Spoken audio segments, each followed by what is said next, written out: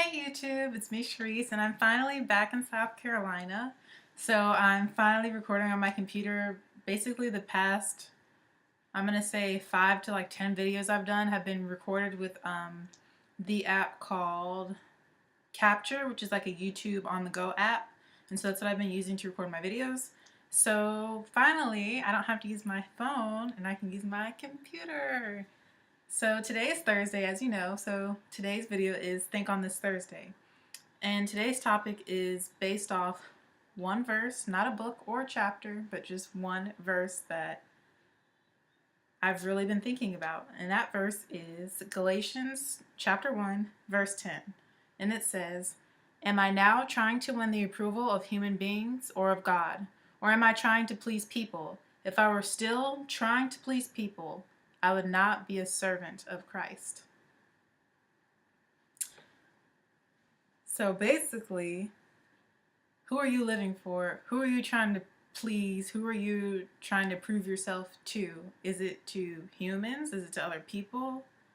To your boyfriend, to your girlfriend, to your parents, to your teachers, to the people that bullied you, or are you trying to please God?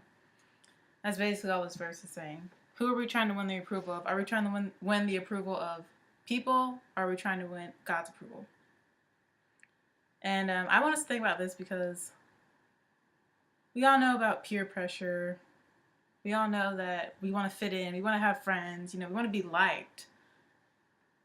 But there comes a point where you have to choose who you're going to be living for. And there are certain things that you can't do if you're trying to win God's approval versus the approval of your friends or people. So to piggyback off that, I found this quote by James Frey, and it says, "If you care about what other people think, you will always be their prisoner." Sometimes we can become prisoners of ourselves if we get so consumed in our own self-desires, our own lusts, our own plans. We can become prisoners of ourselves. And the same thing for others. We can become prisoners of others. We can constantly focus on, well, my mom wants me to be a doctor. My mom wants me to be a lawyer, and grandma wants me to have 10 children and this and that. You can become prisoners of the expectations that other people are trying to place and enforce on you. But what does God want for your life? What's God's will for your life? We have to think about that first and foremost, because ultimately we want to be slaves to Him, slaves to righteousness, slaves to His word.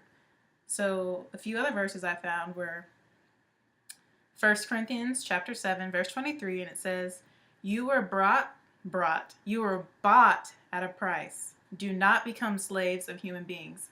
So God is yet warning us again in 1 Corinthians chapter 7, reiterating what we read in Galatians chapter 1, verse 10. And another verse is Romans 6:18, which says, "You have been set free from sin and have become slaves to righteousness," which is what I just said. We need to be a slave to righteousness. We need to be a slave to God and His will. We need to be a servant of Christ, a servant of His word, the Bible. And we need to focus more on Him and less on what we want, less on what people are wanting from us, less on gaining the approval of our friends, and more on Him. Always more on Him. So yeah, that was my think on this Thursday. I hope you can take those verses with you, and I highly suggest that you take Galatians 1:10 and post it up somewhere that you see every day to remind you that you're not here to win the approval of anybody. The only person, well, he's not really a person. Let's just say person. The only person's approval that you need is God.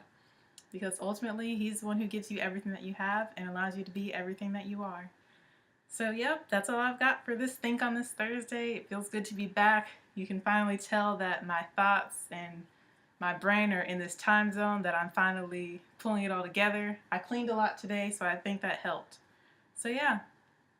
Have a great weekend, and I'll see you tomorrow for a Fly Natural Friday. Bye, YouTube.